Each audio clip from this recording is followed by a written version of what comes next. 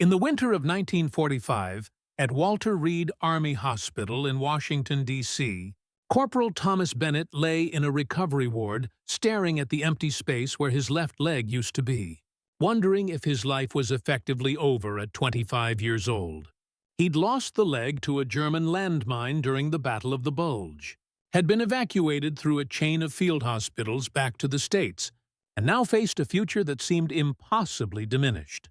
No more infantry service, no more physical work he'd planned on his family's Montana ranch, nothing but a disability pension, and the pitying looks he saw in every visitor's eyes. Thomas had retreated into bitter isolation, refusing physical therapy, pushing away friends and family, convinced that he was damaged goods nobody would want. Then Lieutenant Sarah Mitchell walked into his ward.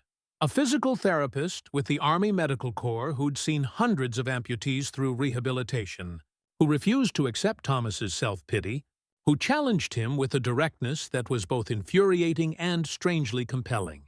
Sarah had her own scars, though hers weren't visible. She'd been engaged to a pilot killed over Germany, had thrown herself into rehabilitation work as a way to save others, since she couldn't save the man she'd loved. What began as a contentious therapist-patient relationship, Thomas resisting treatment, Sarah refusing to give up on him, gradually evolved into something neither expected, as two broken people discovered that sometimes healing isn't about becoming who you were before trauma, but about building something new from the pieces that remain. This is their story. The soldier who lost his leg in battle, but found the woman who made him whole again, proving that the worst wounds aren't always physical, and the best healing comes from human connection. Before we begin, don't forget to subscribe to this channel for more untold wartime love stories about finding hope in the darkest moments. Tell me, what's your name, soldier? Thomas Bennett had enlisted in the United States Army in early 1943 at age 23, leaving behind his family's cattle ranch in Montana to join the war effort. He'd been assigned to the 2nd Infantry Division, trained as a rifleman, and shipped to Europe in time for the brutal fighting across France following D-Day.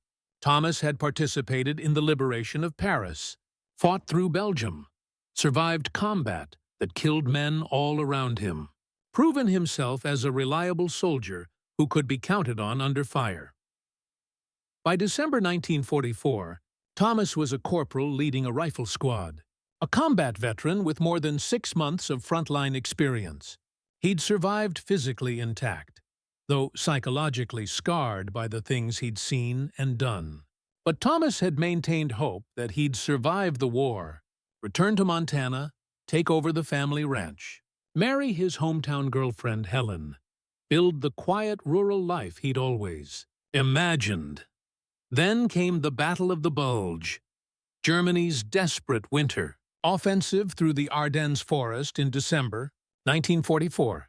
Thomas's division was caught in the initial assault, thrown into brutal defensive fighting in freezing conditions against fanatical German attacks. For weeks, American forces battled to contain the German breakthrough, fighting in snow and sub-zero temperatures, suffering horrific casualties. It was during this battle, on January 3, 1945, that Thomas's life changed forever. His squad was advancing to retake a Belgian village when Thomas stepped on a German shoe mine, a small anti-personnel mine designed specifically to maim rather than kill. The explosion shattered his left leg below the knee, caused massive tissue damage, and left him bleeding in the snow while his squad called for medics. Field medics stabilized Thomas enough for evacuation. He was transported to a field hospital, where surgeons amputated his leg below the knee. The damage was too extensive for any possibility of saving the limb. Thomas spent 3 weeks in various European hospitals, undergoing additional surgeries and initial recovery, before being evacuated by hospital ship back to the United States. He arrived at Walter Reed Army Hospital in Washington in early February 1945, physically stable but psychologically devastated. The amputation had destroyed everything Thomas had imagined for his future. Ranch work required 2 good legs. Helen, his girlfriend, had written him a gentle but devastating letter explaining she couldn't handle being with a disabled man, that she needed someone whole, that she was sorry but couldn't wait for him. Thomas's parents tried to be supportive, but he could see the pity in their eyes, the concern about how he'd manage ranch life, the unspoken worry that he'd become a burden. Thomas retreated into depression and anger. He refused to participate in physical therapy, insisted he didn't need rehabilitation because what was the point of learning to walk with a prosthetic when his real life was over anyway? He pushed away visitors, maintained bitter isolation, convinced himself that he was permanently broken, and that trying to rebuild was futile. The medical staff at Walter Reed had seen this reaction before. Amputation often triggered severe psychological trauma that was sometimes harder to treat than the physical injury. They'd assigned Thomas to work with various therapists, all of whom he'd rejected or driven away through hostility and non-compliance. Then, in early March 1945, Lieutenant Sarah Mitchell was assigned to his case. Sarah was 27 years old in 1945, a physical therapist who'd volunteered for the Army Medical Corps in 1943. She came from a medical family in Philadelphia. Her father was a surgeon, her mother a nurse, and Sarah had studied physical therapy at the University of Pennsylvania before the war. She'd specialized in rehabilitation for amputees, had worked at Walter Reed since mid-1944, and had successfully guided dozens of wounded soldiers through the difficult process of learning to function with prosthetic limbs. Sarah was exceptionally skilled at her work, but she was also known for being tough. She didn't coddle patients, didn't accept excuses, pushed soldiers to work through pain and frustration because she knew that coddling led to dependence rather than independence. Some patients loved her for this directness. Others resented her for refusing to accept their self-pity. But Sarah's toughness masked her own trauma. She'd been engaged to Captain Robert Hayes, a B-17 pilot who'd been shot down over Germany in August 1944. Robert had been Sarah's college sweetheart, the man she'd planned to marry after the war, her partner and best friend. His death had devastated Sarah, left her questioning everything about her future.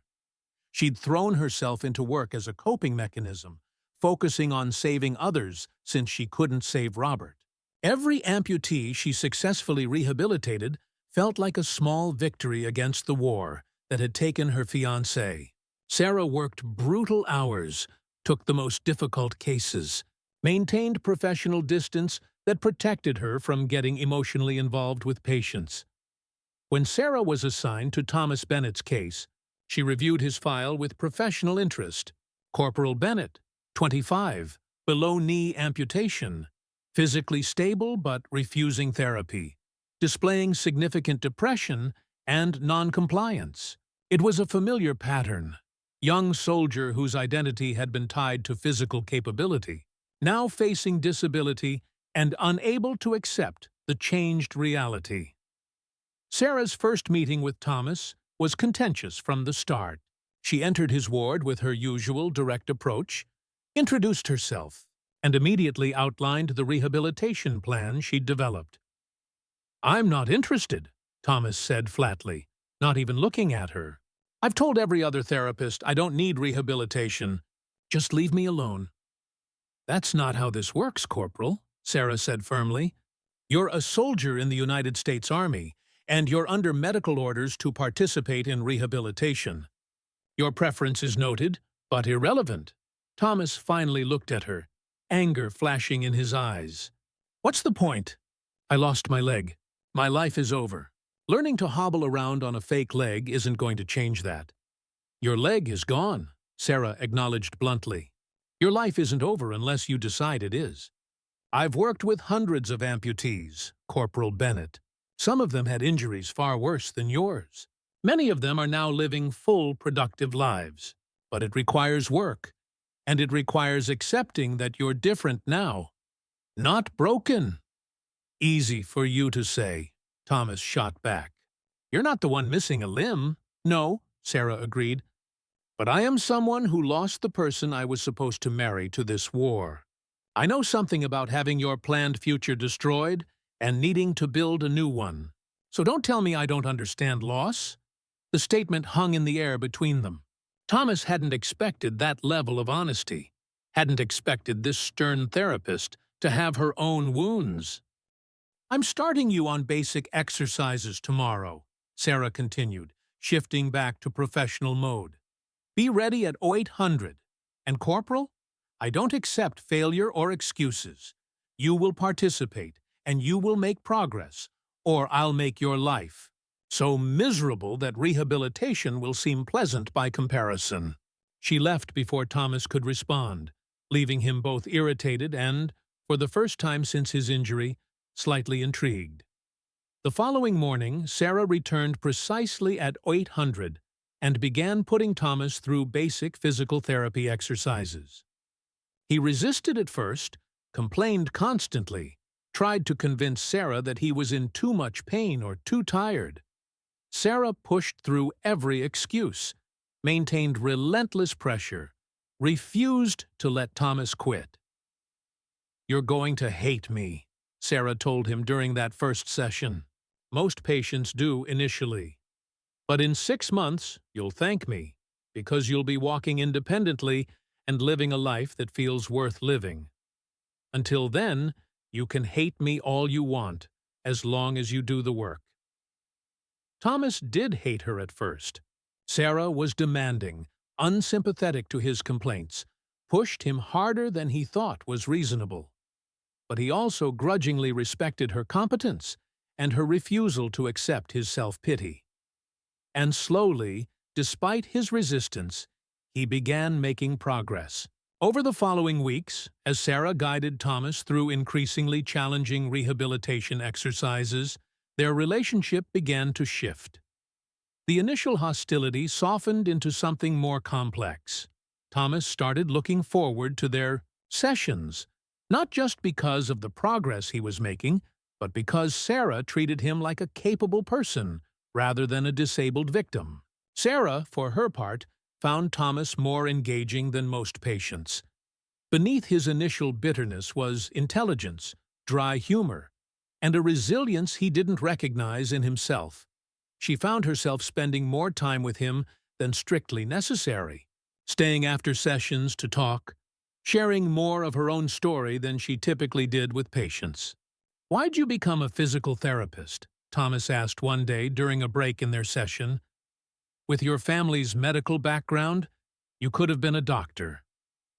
"Because I wanted to help people rebuild," Sarah said honestly. "Doctors save lives, which is crucial. But physical therapists help people reclaim their lives after trauma. That felt more meaningful to me." "And your fiancé, Robert, you said? What happened?" Sarah was quiet for a moment. She rarely talked about Robert with patients, but something about Thomas made her want to share. He was a B-17 pilot, flew missions over Germany. His plane was shot down in August 1944. The whole crew was killed. We were supposed to get married when the war ended. "I'm sorry," Thomas said quietly. I can't imagine losing someone like that." "You lost someone too," Sarah pointed out. "Your girlfriend, Helen. You mentioned her once." "That's different," Thomas said. "She didn't die. She just decided I wasn't worth waiting for once I became damaged goods." "Then she's an idiot," Sarah said bluntly. "You're the same person you were before the injury. The only thing that's changed is you have one prosthetic leg instead of 2 biological ones. If she can't see past that, then you're better off without her." Thomas looked at Sarah with new appreciation. "You really believe that? That I'm not fundamentally broken?" "You're wounded," Sarah said carefully. "You've lost something significant, and you're grieving that loss.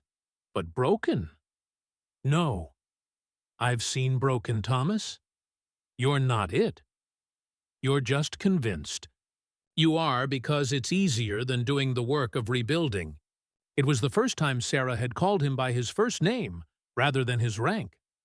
Thomas noticed, and so did she. The professional boundary between therapist and patient was beginning to blur. By April 1945, Thomas had made remarkable progress. He was using a temporary prosthetic, was walking with crutches, was participating actively in therapy. But more importantly, his psychological state had transformed. He'd gone from bitter and isolated to engaged and hopeful, largely because Sarah had refused to let him wallow in despair. As Germany's defeat approached and the war in Europe entered its final weeks, Walter Reed was filled with wounded soldiers returning from the final battles. Sarah was working brutal hours, treating dozens of new amputees, but she still made time. For Thomas's sessions, still checked on him daily even when her schedule was overwhelming. Thomas recognized that Sarah was spending more time with him than medical necessity required, that their conversations had evolved beyond just therapy, that something was developing between them that went beyond professional care. He'd started to fall in love with her toughness and vulnerability, her refusal to accept failure, her own wounds that made her understand his in ways others couldn't. But Thomas was terrified to acknowledge these feelings. Sarah was his therapist, an officer while he was enlisted, someone who'd lost a fiancé and might not be ready for another relationship. And Thomas still struggled with insecurity about his disability. Why would someone like Sarah want to be with an amputee? The crisis came in early May 1945, just days after VE Day. Sarah was working with Thomas on advanced mobility exercises when he finally found the courage to address what had been growing between them. "Sarah," Thomas said, using her first name deliberately now, "I need to say something, and I need you to just listen without immediately shutting me down." Sarah paused in her instruction, something in his tone catching her attention. "All right. I'm in love with you," Thomas said simply. "I've been in love with you probably since you first refused to accept my self-pity and forced me to actually work at recovery. You've given me back not just the ability to walk, but the will to live. You make me believe I can have a future worth having. And I know this is probably inappropriate. You're my therapist. You're an officer. You lost your fiancé not even a year ago. But I can't keep pretending I don't feel this way." Sarah was quiet for a long moment, her expression unreadable. When she finally spoke, her voice was carefully controlled. "Thomas, what you're feeling is common for patients toward their therapists. It's called transference. You're grateful for the help I've provided, and you're interpreting that gratitude as romantic feeling. But it's not real love. It's just, don't," Thomas interrupted. "Don't reduce what I feel to psychology textbook explanations. I know the difference between gratitude and love, Sarah. And yes, I'm grateful for everything you've done. But what I feel goes beyond that. I see you, not just the competent therapist, but the woman who's grieving someone she loved, who throws herself into work to avoid dealing with that grief, who's helped me heal while refusing to heal yourself. I'm in love with who you are, not just what you've done for me. Even if what you're feeling is real," Sarah said carefully, "there are regulations against officer-enlisted fraternization. I could lose my commission. You could face disciplinary action. And Thomas, I'm not ready. Robert died less than a year ago. I can't just—" "I'm not asking you to marry me tomorrow," Thomas said. "I'm just asking you to acknowledge that this isn't just in my head. That you feel something too. Because I see how you look at me, Sarah. I see how much time you spend with me beyond what therapy requires. I see how you light up when I make progress. Tell me I'm wrong. Tell me you feel nothing. And I'll accept that. And we'll maintain professional distance. But please don't lie to yourself or to me about what's actually happening here." Sarah felt, tears welling up. Emotions she'd been suppressing for months, threatening to overwhelm her carefully maintained control. "I do feel something," she admitted quietly. "I've been trying not to, trying to maintain professional boundaries. But Thomas, you're right. This is more than just therapist and patient. But I don't know what to do about that. The regulations are real. The timing is terrible. And I'm terrified of loving someone again and losing them." "You can't lose me," Thomas said gently. "I've already survived the worst the war can throw at me. I'm going home, Sarah. I'm safe. And I'm not going anywhere without you if I can help it." They managed to maintain professional boundaries for another month, until Thomas was officially discharged from the Army in June 1945 with a full disability pension and medical. Retirement. The moment he was no longer under Sarah's care, the regulations prohibiting their relationship no longer applied. Sarah requested transfer to civilian work, feeling she could no longer continue in military service while pursuing a relationship with a former patient. The Army approved her request. The war was ending, medical personnel were being demobilized, and Sarah's service had been exemplary. In July 1945, just as the war with Japan was entering its final stages, Thomas and Sarah had their first official date as civilians. They went to dinner at a small restaurant in Washington, talked for hours, and finally allowed themselves to acknowledge openly what had been building for months. "I'm still scared," Sarah admitted as they walked through the city after dinner, "of loving someone again, of the possibility of loss. Robert's death nearly destroyed me. I don't know if I could survive that twice." "I can't promise you'll never lose me," Thomas said honestly. "None of us can promise that." "But Sarah, living in fear of loss isn't living at all. You've spent the past year helping wounded soldiers rebuild their lives. Don't you deserve to rebuild yours?" "Is that what you're offering?" Sarah asked. "A rebuilt life?" "I'm offering partnership," Thomas said. "I'm going back to Montana eventually. The ranch is still there. My family wants me to take it over despite the leg. I'm offering you a future there if you want it. Not as a therapist helping a disabled man, but as my partner building something together. It won't be the life you planned with Robert, but it could be a good life, maybe even a great one."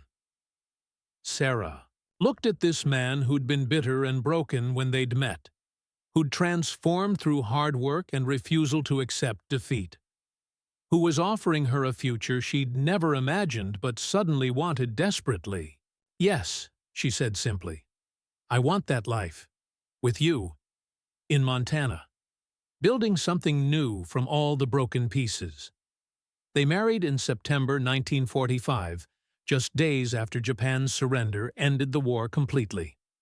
It was a small ceremony in Washington, attended by Thomas's family who'd traveled from Montana, by medical colleagues who'd worked with Sarah, by a handful of wounded soldiers Sarah had helped rehabilitate over the past year. Thomas and Sarah settled on the Bennett family ranch in Montana in October 1945, beginning the work of rebuilding both the ranch and their lives. Thomas proved that Sarah's faith in him had been justified. He adapted remarkably to ranching with a prosthetic leg, developing techniques and modifications that allowed him to do nearly everything he'd done before the injury. Sarah continued working as a physical therapist, establishing a practice in the nearest town, specializing in helping veterans adjust to disabilities. She became known throughout Montana as someone who combined medical expertise with genuine understanding of what wounded soldiers faced, and her practice thrived. They had 4 children over the following years, built a life that honored both what they'd lost and what they'd found. Thomas never forgot the leg he'd lost at the Battle of the Bulge, but he also never let it define him. Sarah never forgot. Robert never stopped grieving the future they'd planned, but she also never regretted choosing to build a new future with Thomas, On their 40th wedding anniversary in 1985, their children asked how their mother had known that their father was the right choice, given the complications of his disability and her recent loss when they'd met. Sarah answered, "I fell in love with Thomas's courage long before I fell in love with Thomas himself. Every day, he chose to keep trying when giving up would have been easier. He chose to build a life when accepting defeat would have been simpler. That kind of courage, facing your worst fears and your deepest losses, and still choosing to move forward, that's what real strength looks like." The missing leg was just a physical fact. Who Thomas was as a person, that's what mattered. Thomas added, "Sarah saved my life, but not in the way people think. She didn't save me by teaching me to walk again. She saved me by refusing to let me believe my life was over, by pushing me to see possibilities when I could only see limitations, by showing me that wounds don't have to be permanent disabilities. She taught me that we rebuild from what remains, and sometimes what remains is enough to build something even better than what we lost." Thomas Bennett died in 2008, at age 88. Sarah lived another 7 years, dying in 2015 at 97.